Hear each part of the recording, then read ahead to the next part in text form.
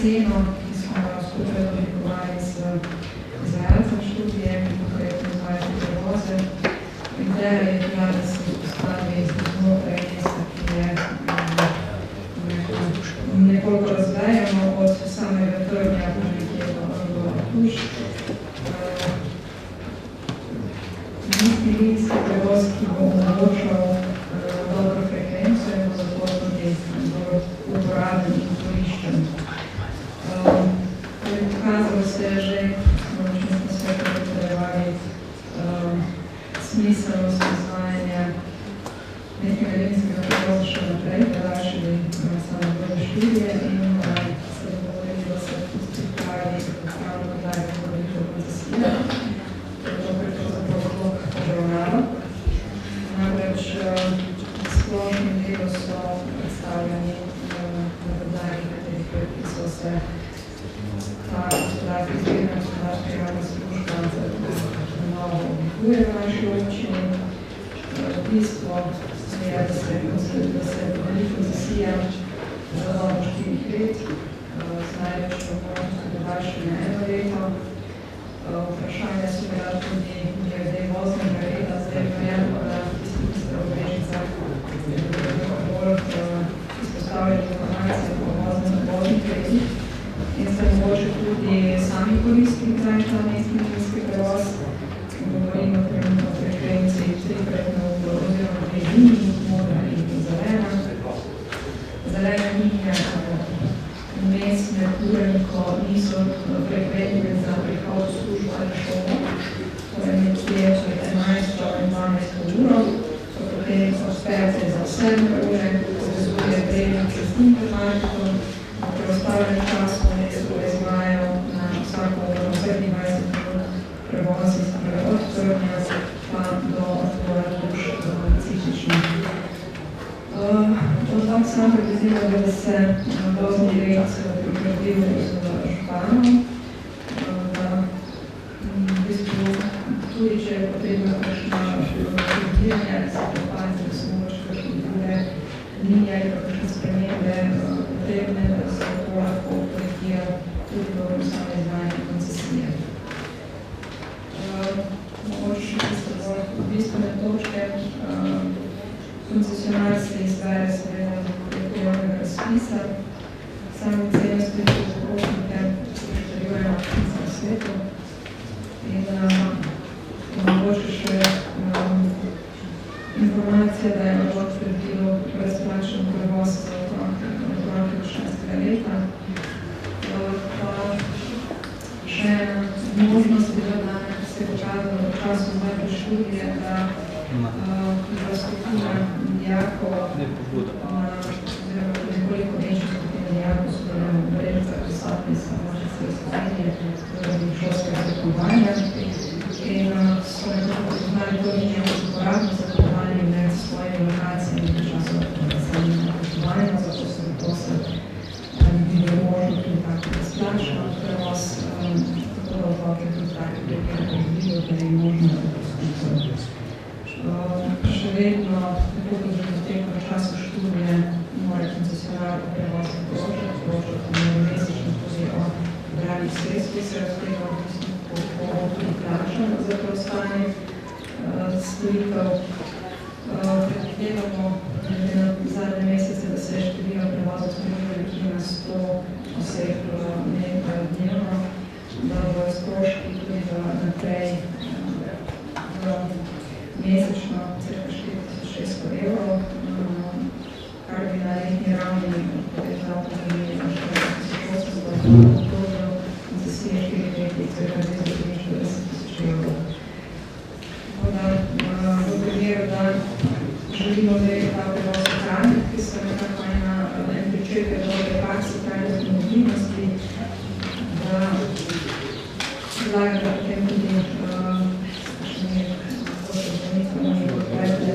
odlog, bi lahko še nekaj prišli s postopkom izbire izvajalca, da se pripravi ustrezni javni razpis in lahko mogoče že malo šolski letno steče. Hvala.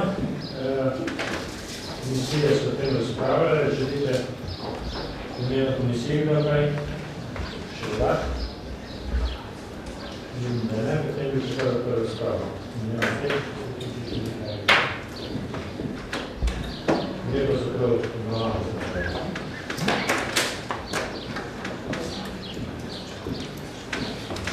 prijavljena smo dva. Še ga prijavljena?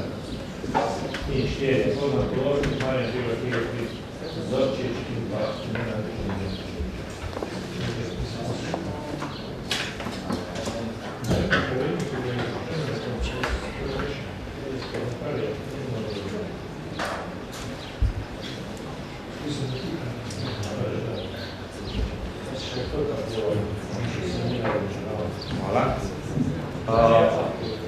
Jaz se bom malo vrnil na drugo sejo občinskega sveta, ko sem opozoril na določene pomanjkljivosti glede našega ponudnika prevozov, pa bom začel drugače. Integral Brežice, mislim, da bo koncesionar, ki bo to delal, recimo, jaz mislim, da bo. Poglejmo dve stvari, imamo mestni potniški promet, avtobusne postaje super urejene, označene, idealno, tako se zagremo na stare avtobusne postaje, ki so na samo. Na drugi seji občinskega sveta sem postavil vprašanje, kdaj bojo vozni redi na vseh postajah postavljeni malo urejeni in tako naprej spletna stran, kdaj bo vozni red na spletni strani konkreten in sem dobil odgovor z občinske uprave, da občina vsako leto obnovi določene avtobusne postaje skladno z občinskim proračunom. Moje vprašanje sploh ni bilo stanje avtobusnih postaj, ampak vozni red. Prvo. Drugo. Kar se tiče mestnega prometa, me sam zanima, če je na podlagi lanskoletne študije narejena kakšna sprememba, če so bili kakšni predlogi upoštevani glede voznih redov, mogoče bi se kakšna linija lahko tudi ukinila, recimo, če ni rentabilna. To in zadnja stvar, kar se tiče pomletnega integrala, ponudnika naših prevozov, edino pozitivno stvar, ki se ga zasledil v integralu Brežice, je uvedba hitre linije Brest-Ljubljana. Vse ostalo, nažalost, ni v ponos našemu kraju in jaz lahko zdaj tle rečem, da integral Brežice, občanov občine Brežice, po mojem mnenju, ni prijazno podjetje. Hvala. Hvala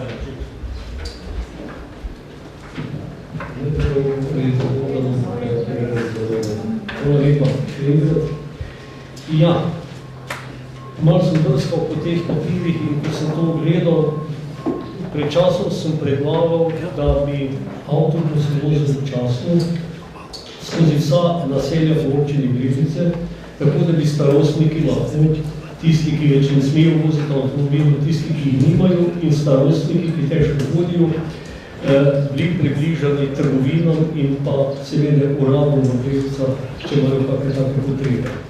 Zdaj, ko sem to čital, ugotavljam, da tisti, ki so najbližje tem storitvam, bojo dobili avtobusne linije in še kot sem ugotovil, bo to občino na pri ravni postavilo tam 60 000. Imam pomislek, kaj pa tisti, ki so oddaljeni, pa tudi morajo po teh storitvah v Brežice. Če se je že o tem razmišljalo, kdo je dal takšno idejo, kdo jo ni dal, ne vem, ampak za mene bi bilo bolj prav, če bi takšna ideja bila, da je enkrat ali dvakrat na mesec z različnih krajev avtobus vozi v Brežice, tudi samo Plašniško lahko, vendar da je tako organizirano, da gre skozi naselja in da ti invalidi, ti starostniki, ti, ki težko hodijo in ki nimajo svojih vlastnih prevozov, lahko pridejo do trgovin in do uradov, če si morajo tam kaj urediti. Tako da, ne vem, mene je to malo motilo, da je zdaj takšen predlog in pa tudi ta cena, ki bomo zelo plačali. Toliko. Hvala lepa. Igor Zorčič naprej.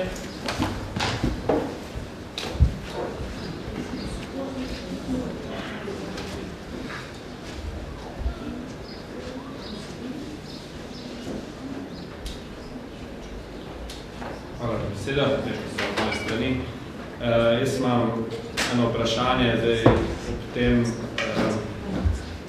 odloku smo se seznali tudi z nekim načrtom obstoječih linij v Brežicah.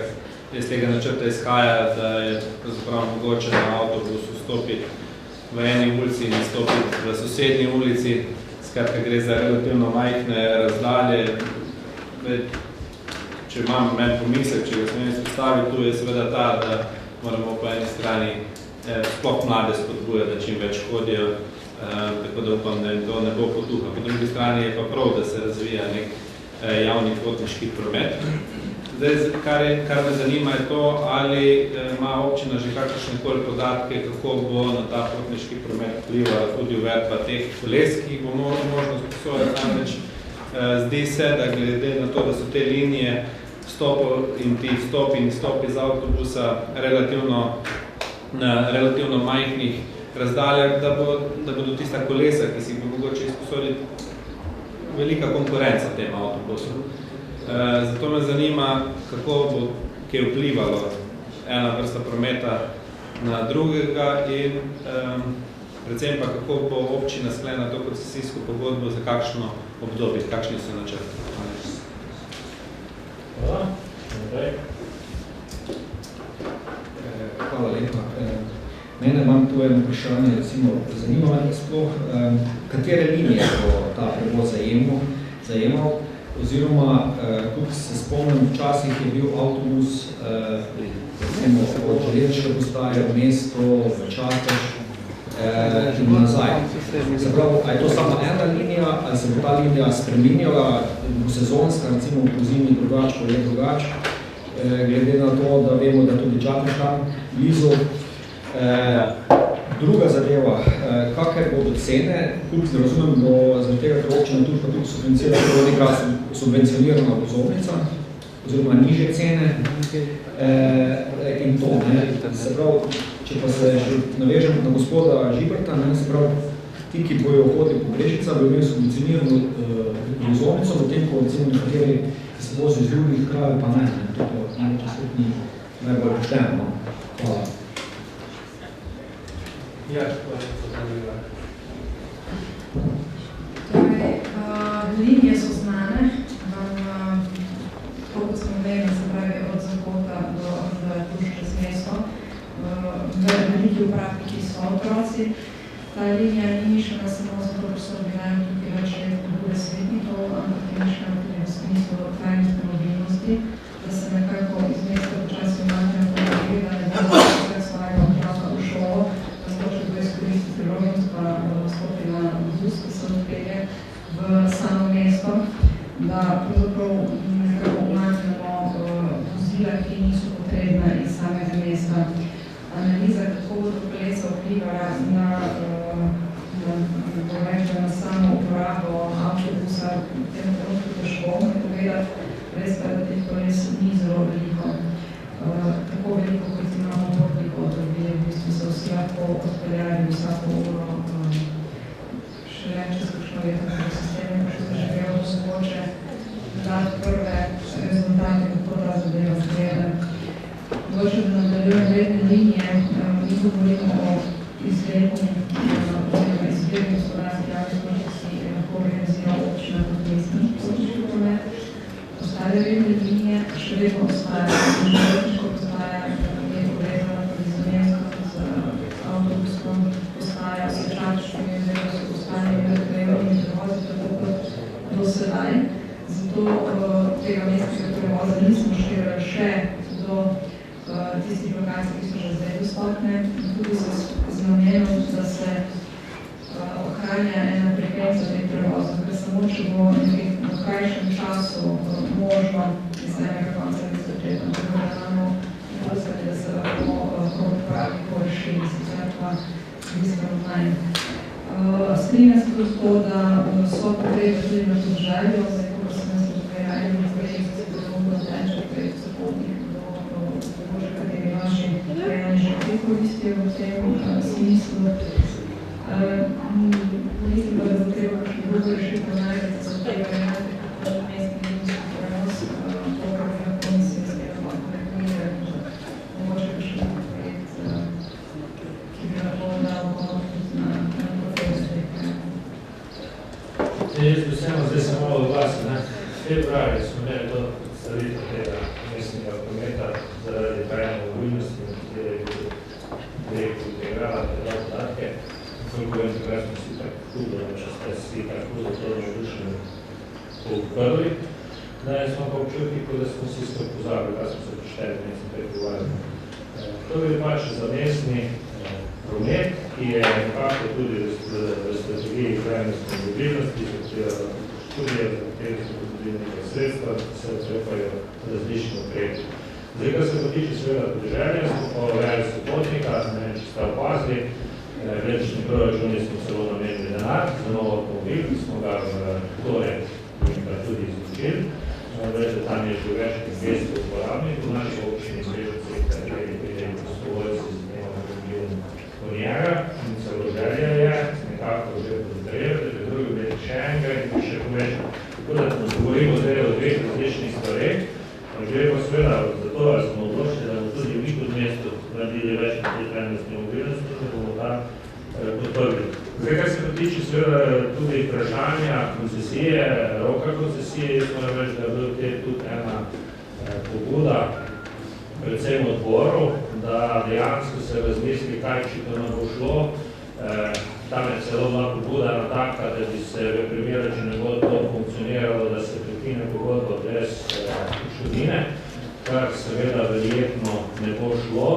Nas pa radi to v smer, da bi verjetno vsaj prvo koncesijo sklenili za krajši rok, po 4 leta in potem še novo, kajti sicer je to navarnost, da bodo cene zaradi tega mogoče malo višje, ampak definitivno zaradi previdnosti bomo to bilo dalje razmislili nekaj rešitev in pa še mogoče nekaj tudi, da ne bi se radi pa zavezali za predolgi rok, to se nam ne zgodilo tako v stojbi, ko so za 50 let nekaj, v bistvu, da se to se nazvali na nekaj projektiv, oziroma kakšno snimno tudi to smetniško.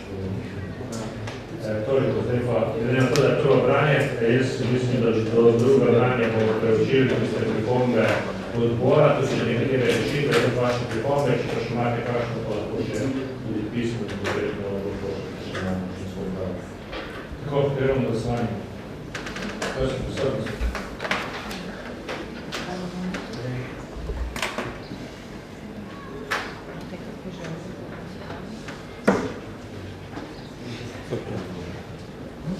Glasujemo se odlok po načinu izvajanja izbirne javne gospodarske službe v mestni linijskih prevoz potnik v občini Brežice prvo ekonomije. Skupaj seveda, pripomnite, seveda. Tam 20 za 2 zdržane in proti. Prihaja na tretjo točko dnevnega reda, to je pa predlog odloka o javnem lekarniškem zavodu Lekarna Brežice prvo obravnava. Predstavljeni imate predlog odloka o javnem lekarniškem zavodu Lekarne Brežice, za katerega predlagamo redni postopek.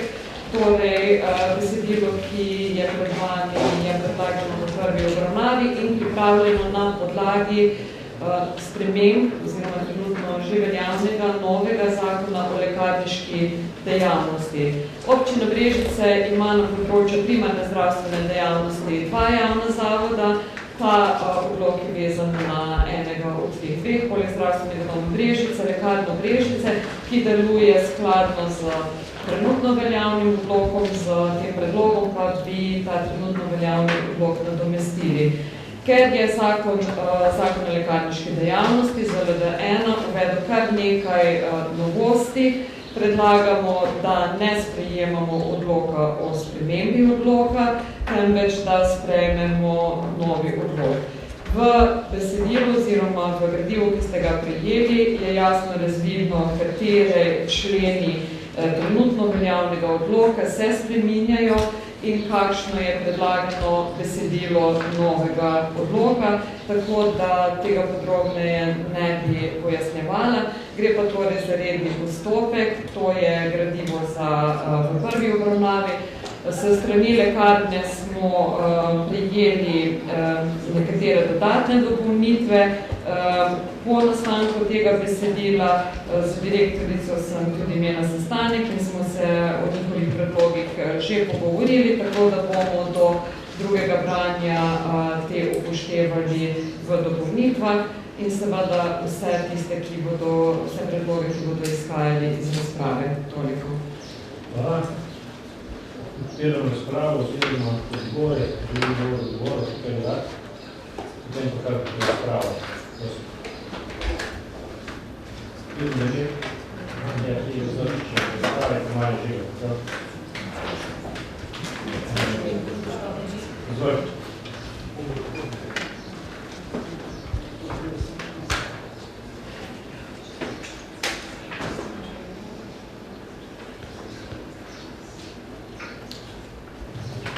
Hvala za besedo. Predlog odloka o javnem lekarniškem zavodu Lekarna Brežice smo imeli že v prejšnjem mandatu na naših mizah, takrat ni bil sprejet. Naša svetniška skupina je v zvezi z predlogom izpostavila določene pomisleke. Jaz ne bom vseh ponavljal, ampak takrat so bili seveda ti pomisleki nekako akceptirani strani občinskih svetnikov. Eden glavnih, ki je, pa bom tu prosil tudi kakšno pojasnilo v zvezi s tem, je, da se po tem predlogu zakona oziroma odloka enako kot v prejšnjem mandatu, ne nazadnje vidim, da gre za enako besedilo, uvaja eno novo delovno mesto v lekarni in sicer se imenuje strokovni vodje. Torej, organi zavoda po novem so svet zavoda, direktor in strokovni svet. Po spremembi pa svet zavoda, direktor, strokovni vodja in strokovni svet zavoda. Zdaj mene zanima, čemu te spremembe, pa seveda, če ne bom dobil kakšnega zadovoljivega odgovora, bom seveda predvideval, da gre spet za eno izmed zadev kadrovskega vrtiljaka SDS, verjetno gre za spet kakšno popolnitev, tako kot se to dogaja intenzivno v zadnjem času v tej občini. Hvala lepa. Hvala.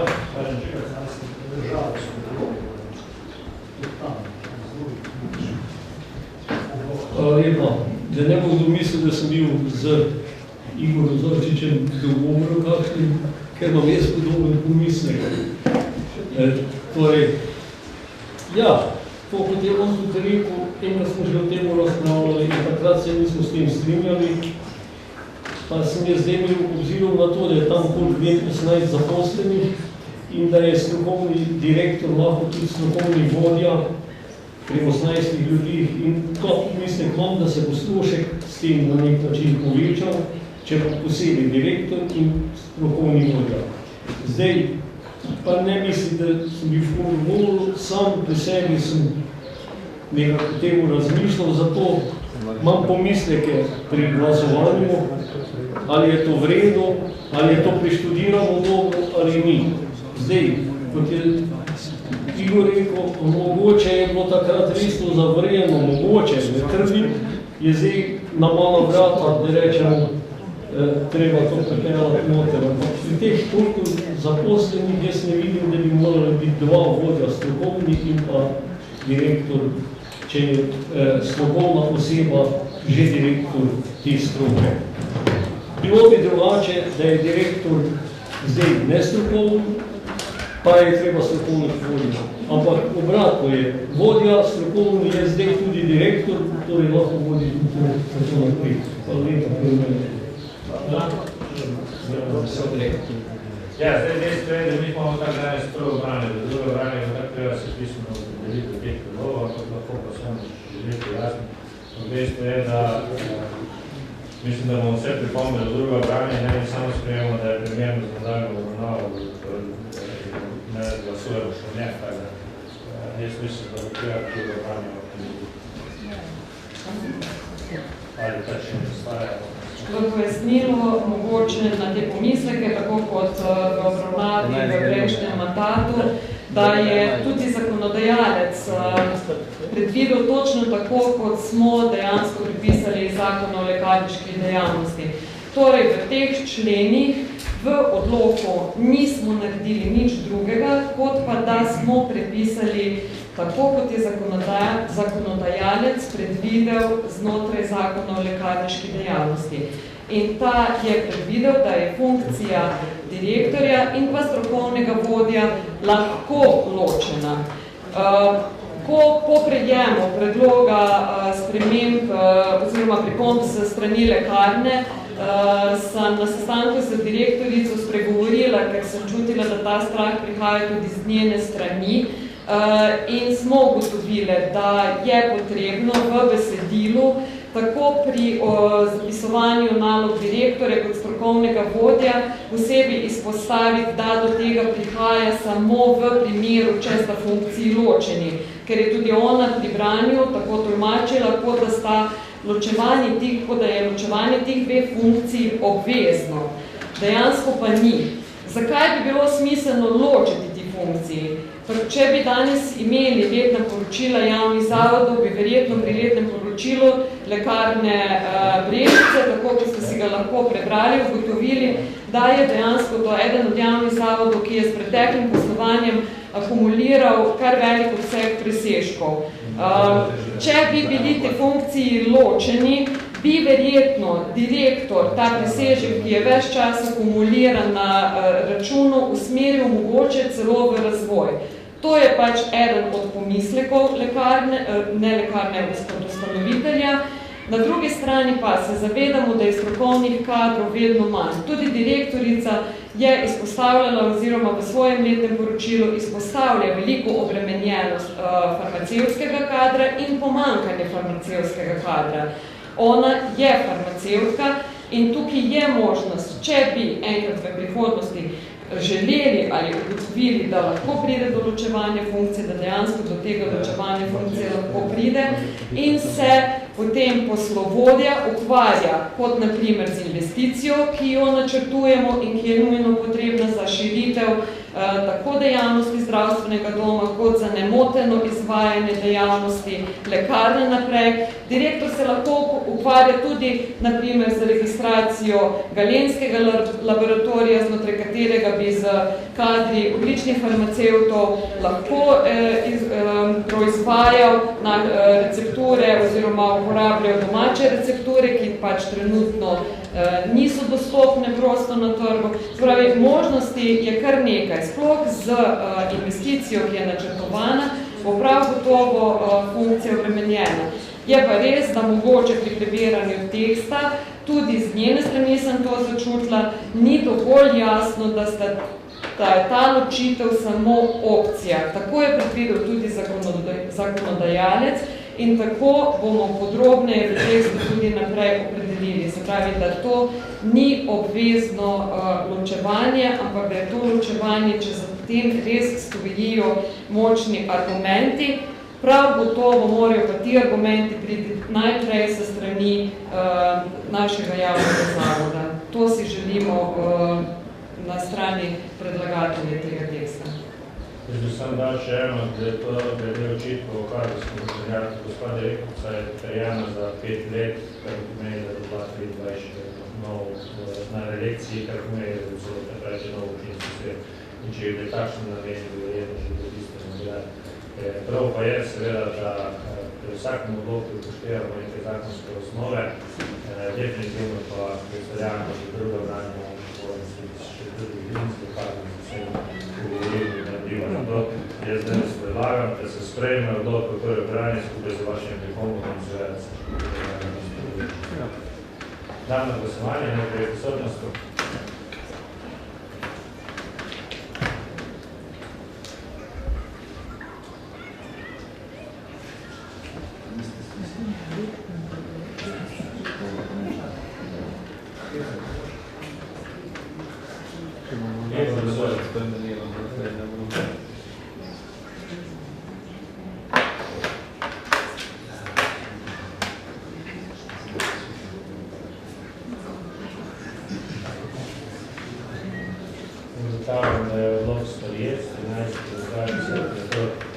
Prihajamo na naslednjo točko 16, da je predlog odloka o sprejemu razdelitve odloka o ustanovitvi javnega gospodarskega zavoda Lekarski center.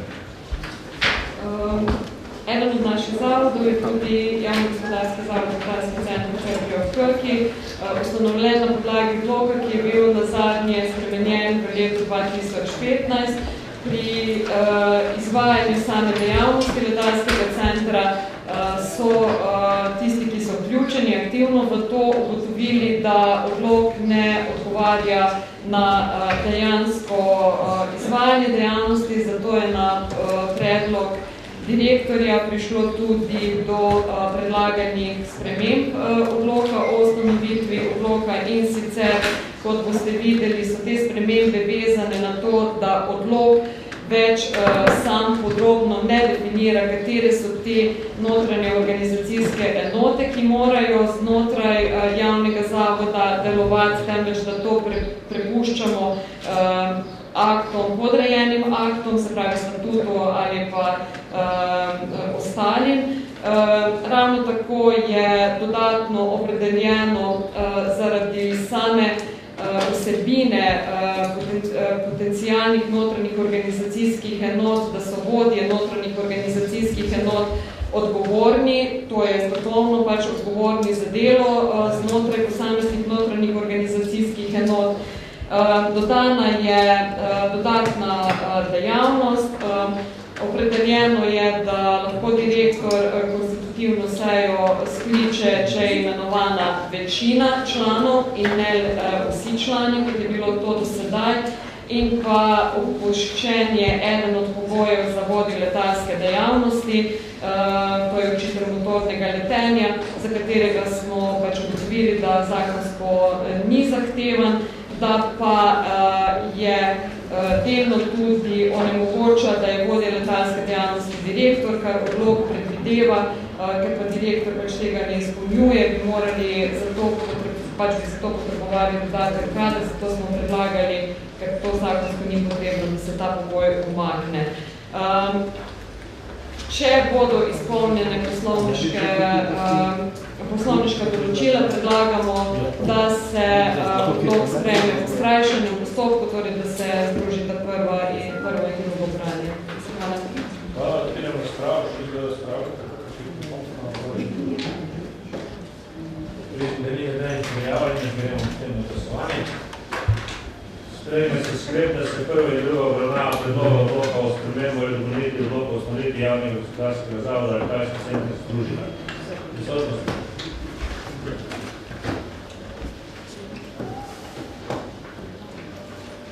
In pa glasujemo.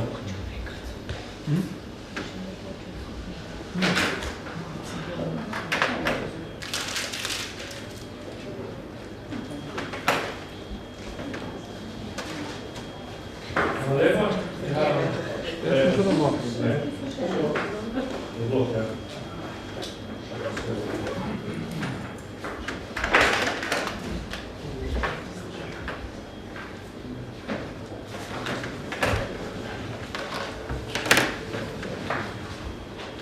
Tako, gremo na 15.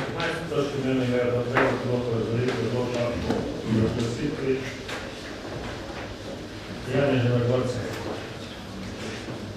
Občina je pristojna skladno z področno zakonodajo za razglašanje spomenikov lokalnega pomena. Večkrat na tem občinskem svetu smo bili priča predlogom odlokov o razglasitvi kulturnih spomenikov lokalnega pomena. Tokrat pa smo prvič priča tudi predlogov odloka o derazglasitvi enega od do sedaj razglašenih spomenikov. Tudi ta predlog temelji na podani pobudi s strani Zavoda za varstvo kulturne dediščine. V gradivu najdete njihovo obrazložitev, se pravi, kateri so elementi predloga za derazglasitev nepremičnega kulturnega spomenika, tako da na podlagi njihovega predloga smo potem pripravili to besedilo odloka o derazglasitvi tega kulturnega spomenika lokalnega pomena. Predlagamo, da se, če bodo izpolnjena če bodo za to izpolnjeni pogoji, tudi za ta odlok branji, prvo in drugo branji združita in da se sprejme odlok v skrajšanem postopku. Glede na to, da vidim, da se to spomeniško varstvene lastnike ne želijo več imeti, da bi čas zanimati, da pa stopno Dobro, jaz odpiram razpravo, sicer meni je logično, da če nešče ne rabi biti, da brez razprave se spravo. Kaj? Želiš se spraviti, zakaj? Ne pustiš, kaj? Kaj bi rekel? Hvala za besedo. Ja, mogoče res smešno, ampak mislim, da pa ni smešno, da je mogoče celo žalostno. Jaz sem rekel tako, vsaka čast bom rekel vsem inštitucijam v tej državi in bom rekel vsem, ki skrbijo za kulturo in dediščino in tako naprej. Ne poznam sicer, bom rekel, subjektivnih in objektivnih okoliščin v tem primeru, ki ga imamo danes tu, ampak vem pa za ogromno število podobnih primerov, kjer se je ravno z zaščito določenih objektov zgodilo to, kar danes vidimo na teh slikah. Da so zaradi zaščite, take ali drugačne, objekti propadli, zato ker so ti pogoji za obnovo, vzdrževanje ali karkoli podobnega taki, da jih lastniki niso zmogli in so raje pustili objekte propadli, in ko so enkrat propadli do zamere, da jih lahko bavili po spravo, potem so pa lahko šli v nove investicije. Takih primerov je bilo kar nekaj tudi v tej občini.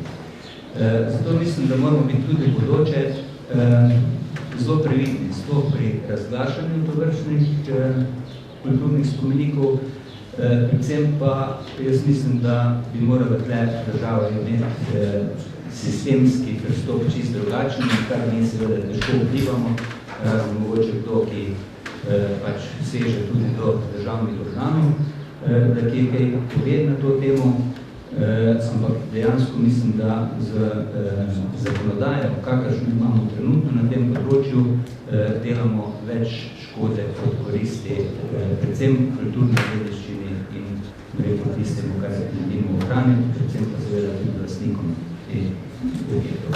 Tukaj sem sam gotovo, da sem se olajšal dušo hvala. Zdaj si pa še jaz olajšal dušo. Glede na to, da je lokalni je bil to spomenik, kdo pa sploh to sprejel, zakaj smo da sprejeli, da to bomo bližiti v čisto se. Perdon, ste bil ti takrat direktor, da to sprejeli. Samo dovolj nazaj, ne vemo, zakaj to zadelal. Verjetno, ne vem sicer, ali si bil, ampak očitno je bila takrat, ne vem, ali pobuda zavoda ali kogarkoli, ne vem, in je občinski svet najbolj sprejel, tako kot marsikaj drugega že sprejme. Se strenjam, ne, moram reči, da se zelo s teboj strenjam in vsakim čekanjem govorim, ki ga bomo kdaj v prihodnost mi potrebovali na občinskim sveti, moramo res biti pripričani. Dobro, zdaj pa gremo na ukinitev. Sprejme se sklep, da se prva in druga obravnava razveljavi, ker se na tak postopek žal mora tisto, kot se sprejema. Najprej prisotnost.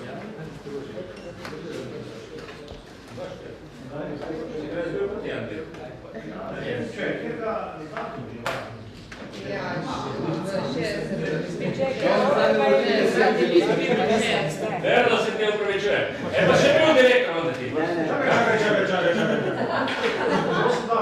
Ne, uradni list številka 60/2004, datuma ne vem. In odaj je bilo sprejet? Koliko je zdaj definitivno Mojem mandatu. Sigurno ni bil v mojem mandatu. 13.5.24 pa še ni bil vizet. Ne.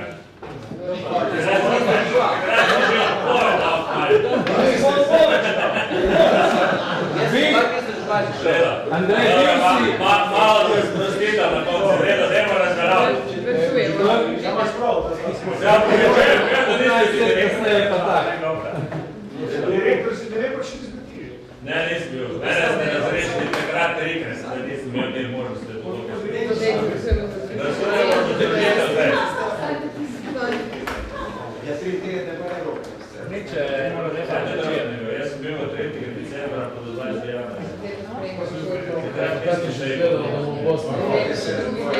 Nemo še da razveljamo to se skratno. Sigurno bodo željo slika razrešena. Vse sigurno tudi za menoj potvoriti, da se kako ne želijo. Sigurno, to sam za sebe. Dobro. Gremo še na pobude, vprašanje imamo vsega skrb 7 minut, če da zaključimo sejo, če ima slučajno kdo kako ustno vprašanje, pa res prosite nam kar pisati.